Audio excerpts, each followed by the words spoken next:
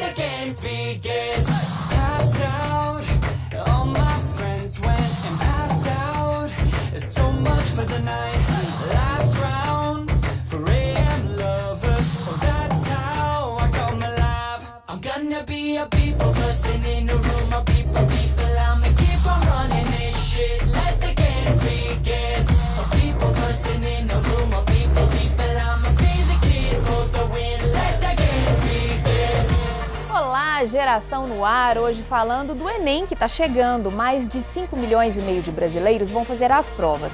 E o Geração conversa com a youtuber Débora Aladim, que tem 1.600.000 seguidores no seu canal, onde dá aulas, dicas para quem quer mandar bem nas provas e passar no exame. Também estão aqui os jovens do cursinho popular Educa Afro, projeto que prepara jovens negros e de baixa renda para a seleção do Enem. Sejam todos muito bem-vindos e a gente vai começar o programa conhecendo um pouquinho mais sobre a nossa entrevistada.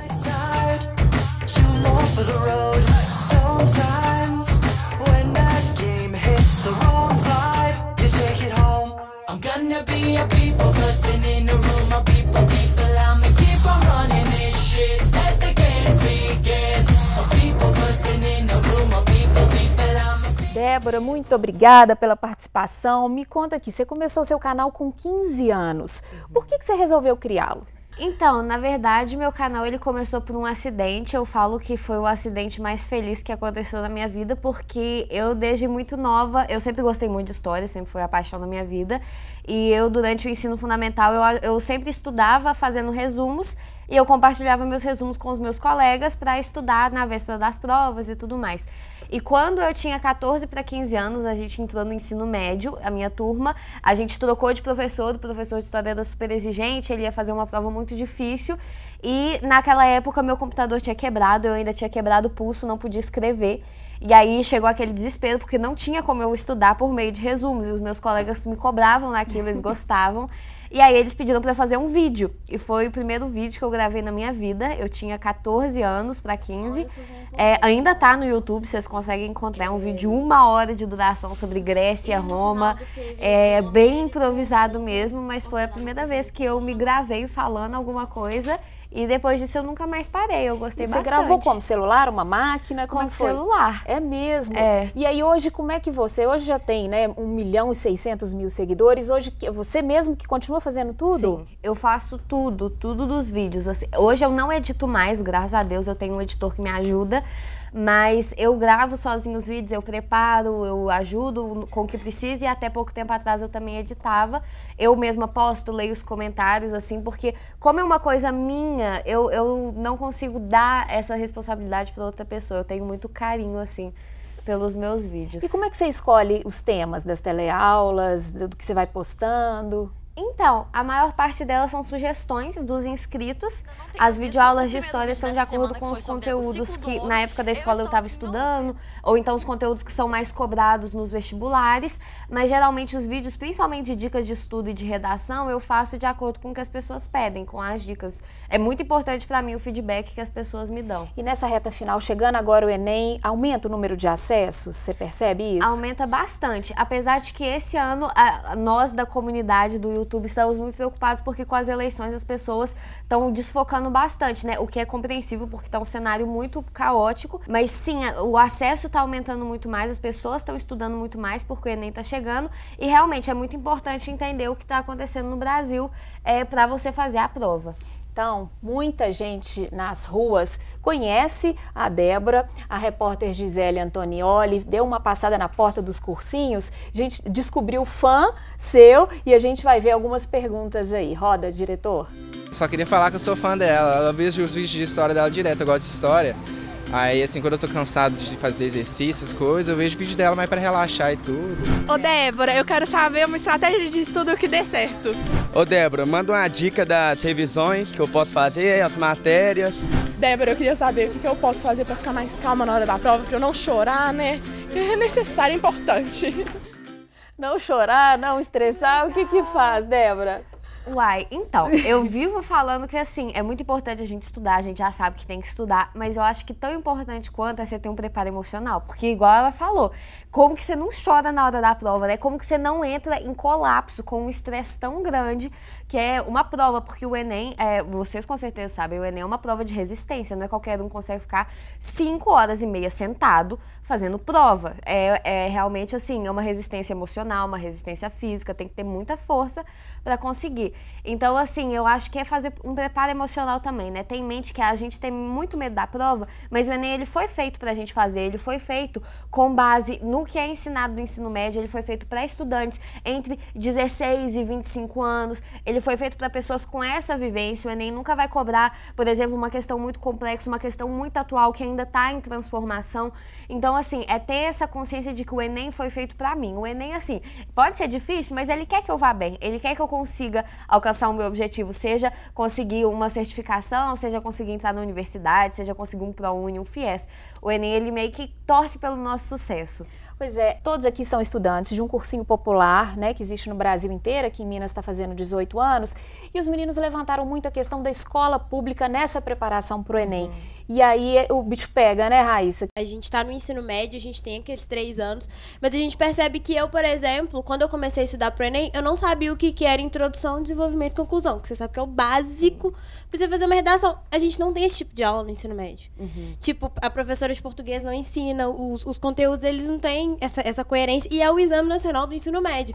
Então, eu falei, gente, eu saí do ensino médio sem saber o Exame Nacional do Ensino Médio, como é que pode um negócio desse? É um absurdo. Patrick também tem uma crítica a isso, né, Patrick? Sim, a questão assim, principal que eu vejo, pelo menos, né, faz muito tempo que eu me formei e tal, que eu tenho 25 anos, mas eu senti essa deficiência da preparação para a prova em si, porque a prova a cada ano que passa está ficando mais difícil, e eu acredito que as escolas têm que estar sempre por dentro disso e preparar a pessoa para a prova, mais do que simplesmente passar a matéria. Para quem às vezes tem que trabalhar igual você, Exatamente. aí nem sobra tempo para estudar, né? Sim, é um complicador. É um complicador, pensando em que você está concorrendo com várias pessoas de várias classes sociais, etc.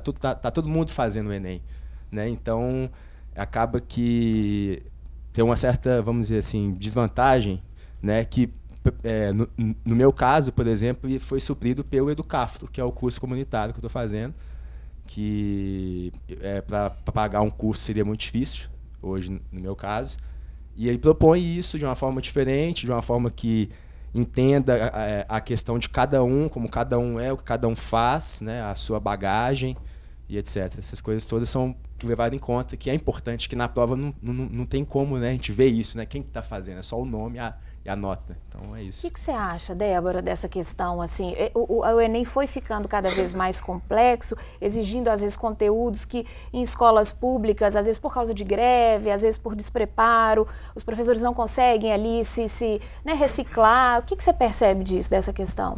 Então, é muito complicado porque envolve várias instâncias. Tem também uma certa culpa do Enem, porque o Enem muitas vezes ele cobra coisas que eu, por exemplo, hoje, fazendo faculdade de História, eu não erro mais questões de História no Enem. Mas tem questões que eu vejo e eu penso, eu só sei isso porque eu vi isso na faculdade. É uma percepção que você tem que ter, é um olhar mais maduro, né?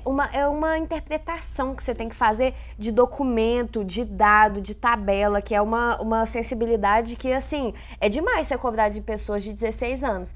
Mas, ao mesmo tempo, eu faço faculdade e uma parte da faculdade a gente tem que dar aula em escolas da rede estadual municipal. E eu vejo muito esse problema também nas escolas, porque é muito difícil você passar todo o conteúdo em sala de aula, é muito difícil você conseguir a concentração dos alunos dentro de sala de aula, é difícil você cumprir todo o cronograma, assim, tudo é muito desafiador, é desafiador você conseguir o material didático para todo mundo, é desafiador você conseguir que não faltem a aula, é desafiador você conseguir que façam as atividades, e assim, muitas vezes chega a ser impossível você conseguir, por exemplo, fazer um simulado de Enem numa escola. Pois é. Ó, a gente vai fazer um rápido intervalo. Se eu fosse você, eu não saía daqui, porque no próximo bloco a Débora vai dar umas dicas e ela vai explicar, por exemplo, o que o Harry Potter e o Batman têm a ver com os temas da redação. Não saia daí. 5 alusões históricas que servem para todo ou quase todos os temas de redação possíveis no Enem. Primeiramente, política, né, gente? Os gregos inventaram a política, inventaram a democracia, os romanos inventaram a república, os romanos adoravam matar os reis dele. Outros assuntos também que se encaixam muito bem são assuntos religiosos, né? Dá pra gente pensar não só na mitologia grega, na mitologia romana, também na filosofia grega. Um assunto também que, assim, dá pra enfiar em tudo quanto é tema. Eu sou apaixonada, é a Revolução Industrial. Vocês acharam que eu não ia falar de Revolução Industrial? De trabalho infantil, de trabalho feminino? Pois tome Revolução Industrial. Não tem um ano que eu não receba centenas de e-mails de gente que colocou a Segunda Guerra na redação. Porque, assim, eram muitas pessoas que acabaram sendo mortas na Segunda Guerra.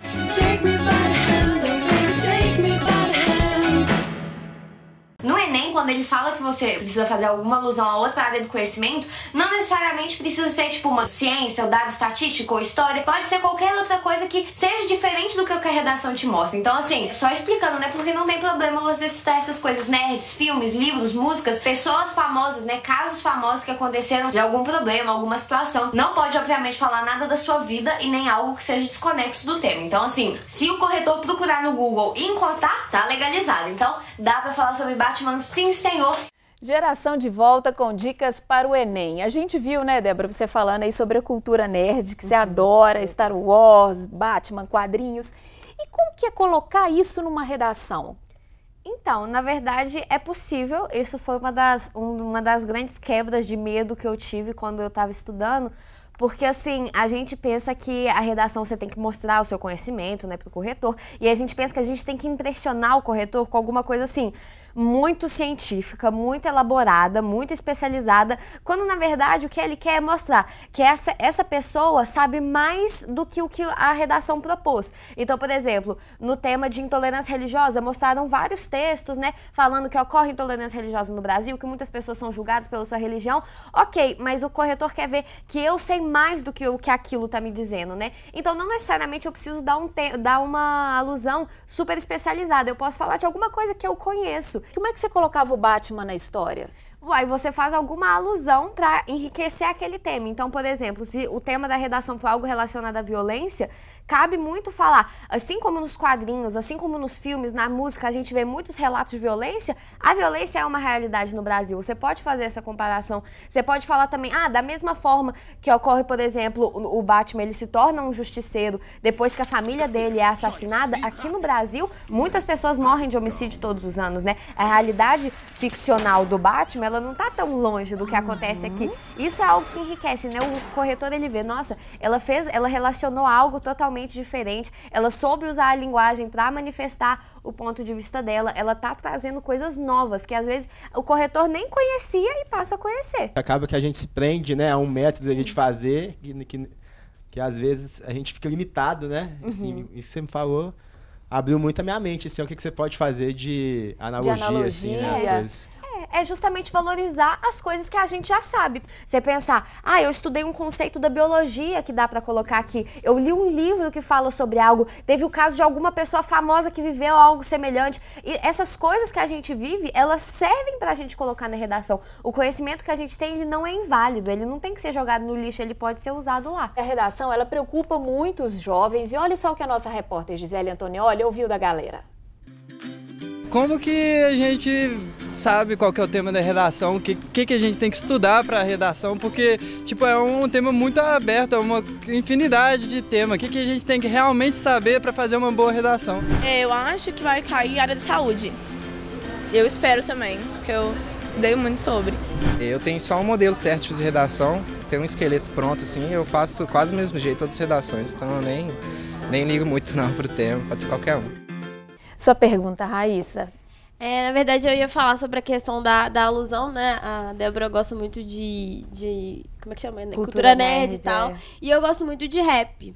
E um professor meu, ele me explicou sobre essa coisa de você colocar o rap dentro da redação. Porque o rap, ele é um movimento que ele contesta muitas coisas e ele conversa com muitos universos, né? E ele é muito possível de você colocar na redação. E traz uma visão diferente, porque o rap, a princípio, é um movimento marginal, e aí você coloca um rap junto com o Zygmunt Bauman na redação. Eu acho que isso traz um diferencial, entendeu? Pro que Pois é. E tema da redação para esse ano, Débora, qual que é o seu palpite aí? Esse ano no canal a gente já viu mais de 70 temas de redação. Eu sempre faço vídeos comentando vários temas. Mas assim, eu acho muito difícil dar chute. O que eu defendo é justamente o que o menino entrevistado falou, que é assim, você tem que ter um modelo de redação que dá certo. Você tem que ter uma estrutura que dá certo. Porque depois o que você vai fazer diferente são só os seus argumentos. Você estava de olho na estrutura, né? Sim. Então vamos lá. É porque assim, a redação, o modelo Enem, ele é um modelo dissertativo argumentativo, que ele é composto de 3 a 5 parágrafos. Eu tenho meu próprio modelo de redação, que é o que eu ensino no meu canal, e é um modelo de 4 parágrafos. Por quê? O que o Enem quer, ele cobra 5 competências para corrigir a redação. São 5 coisas que os corretores procuram na redação. Ele vê a gramática, né, se a escrita das palavras está correta e tudo mais. Ele vê o tipo textual, se você se adequou ao tipo textual, se você não fugiu do tema da redação. Ele vê a sua argumentação, como que você convence o leitor do seu ponto de vista. Ele vê a coesão textual, que é como você usar a linguagem para manifestar o seu ponto de vista, porque assim, uma coisa é, por exemplo, eu escrever árvore sem acento. É um erro ortográfico, mas a pessoa entende o que eu quero dizer. Mas agora, se eu errar uma vírgula, uma crase, uma pontuação, às vezes a pessoa não vai entender o que eu tô falando. E isso é um erro não de gramática, mas de coesão textual. E avalia também a nossa proposta de intervenção. Então, assim, basicamente, o texto é como se nós fôssemos advogados de alguma causa e nós temos que mostrar para o leitor, tem algum problema acontecendo no Brasil, eu vou te mostrar que esse é um problema, que tá rolando essa coisa aqui, essa treta, e no final a gente vai resolver. É como se a gente estivesse escrevendo uma carta pro presidente, falando, tem uma treta acontecendo aqui e olha o que a gente pode fazer. E como é que você coloca isso nos 4 parágrafos? Então, a redação ela tem que ter introdução, desenvolvimento e a conclusão, que é a proposta de intervenção, né? E o legal da proposta é que, assim, é como se a gente fosse realmente o dono do Brasil. A gente pode mobilizar todos os setores da sociedade, né? A gente não tem essa limitação de, não pode mexer, por exemplo, com os militares. Não, você pode, por exemplo, chamar a polícia para ajudar, você pode tentar mudar uma lei, você pode fazer uma nova emenda, um novo projeto, você pode chamar ONGs, instituições privadas, qualquer coisa. Então isso é uma liberdade bem legal, assustadora, porque você pode fazer o que você quiser, mas é uma liberdade legal. E aí, a introdução, você tem que mostrar o seu ponto de vista, você tem que problematizar, você tem que falar, por exemplo, no tema de 2015, que foi da violência contra a mulher, foi um dos melhores temas, na minha opinião. Você tem que mostrar, tem lei Maria da Penha, tem lei do feminicídio, tem prisão aberta no Brasil, mas ainda tem muita mulher morrendo por ser mulher. E isso é um problema. Então, você tem que mostrar isso na introdução. E aí, o desenvolvimento, a forma que eu uso, o meu método primeiro, você mostra por que a situação é um problema e depois o que impede o problema de ser resolvido. Por que a violência contra a mulher é um problema? Porque tem um monte de mulher morrendo à toa no Brasil, porque esses casos não são resolvidos, porque as pessoas não perdem a sua liberdade, elas vivem escravas do medo. Vários motivos que levam isso a ser um problema. Mas por que até hoje não foi resolvido? Então você pode citar várias coisas, porque muitos casos são arquivados, muitas pessoas não são punidas, muitas mulheres têm medo de denunciar. E aí no final você resolve esses problemas. Ou seja, com essa estrutura você faz qualquer tema, né? Olha que dica boa, hein, gente? A minha ideia de redação é o seguinte, na introdução eu coloco o que é o assunto, no desenvolvimento eu cito dois assuntos relacionados que estão acontecendo no momento, entendeu? E no terceiro eu explico como é que eu posso resolver. Isso, de certa forma, também pode dar certo uma redação, vamos dizer? Pode sim. Só tem que ter cuidado para não fugir do tema. Uma dica que é legal é, tipo assim, depois quando você terminou de escrever o rascunho da redação, você lê cada parágrafo separadamente. Se em cada parágrafo separado dê para perceber qual que é o tema da redação, beleza, você não fugiu. Porque é o medo que a gente tem, porque ao mesmo tempo que você tem que desenvolver o tema, né, você tem que mostrar pro corretor que você sabe mais do que o que ele falou, muitas vezes a gente foge demais e aí acaba se perdendo. Então, você tem que desenvolver, porém nem tanto. Você tem que sair da caixa, porém nem tanto. Então, assim, por isso que eu falo geralmente de você desenvolver 2 argumentos, porque aí dá pra você aumentar esses 2 argumentos, mas ao mesmo tempo não vai ter espaço suficiente pra você fugir. Então, sim, dá, o que inclusive é muito legal, porque você vai acabar trazendo outras áreas do conhecimento quando você for falar de assuntos relacionados. O que você acha que o pessoal erra mais na redação? Eu acho que muitas vezes um problema é a proposta de intervenção, que eu reconheço, para mim também é a parte mais difícil da redação. É muito complicado você resolver uma treta no Brasil, né? Porque se até hoje não foi resolvido, quem somos nós para resolver? Mas eu também acho que muitos problemas de estrutura, porque assim, às vezes a gente não planeja direito o nosso uso da redação, acaba escrevendo demais, ou então acaba começando um argumento e depois ele fica jogado lá no texto e você pensa, eu falei um pouco sobre esse aspecto, sobre a violência, só que ficou sem conclusão, tipo assim, não tem, esse fio tá solto, essa ponta tá solta. Então, eu acho que tem muitos problemas nesse sentido, porque são só 30 linhas, né? Tomou nota de tudo? Então espera aí que a gente volta rapidinho com dicas para estes momentos finais antes do Enem. Escravidão e cultura negra. Gente, pelo amor de Deus, cai muita questão no Enem sobre a escravidão no Brasil, né? Sobre cultura africana, sobre respeito à diversidade mesmo, né? Porque é uma questão que, infelizmente, o nosso país ainda hoje é um país extremamente racista, né? Até porque, assim, o nosso país teve escravidão por quase 400 anos, gente. Tem nem 200 anos que a gente deixou de ser um país de escravos, né? Então, o preconceito ainda é muito grande na nossa sociedade. O Brasil ainda é um país muito racista, então assim, o Enem cobra muito sobre cultura negra e sobre escravidão no Brasil.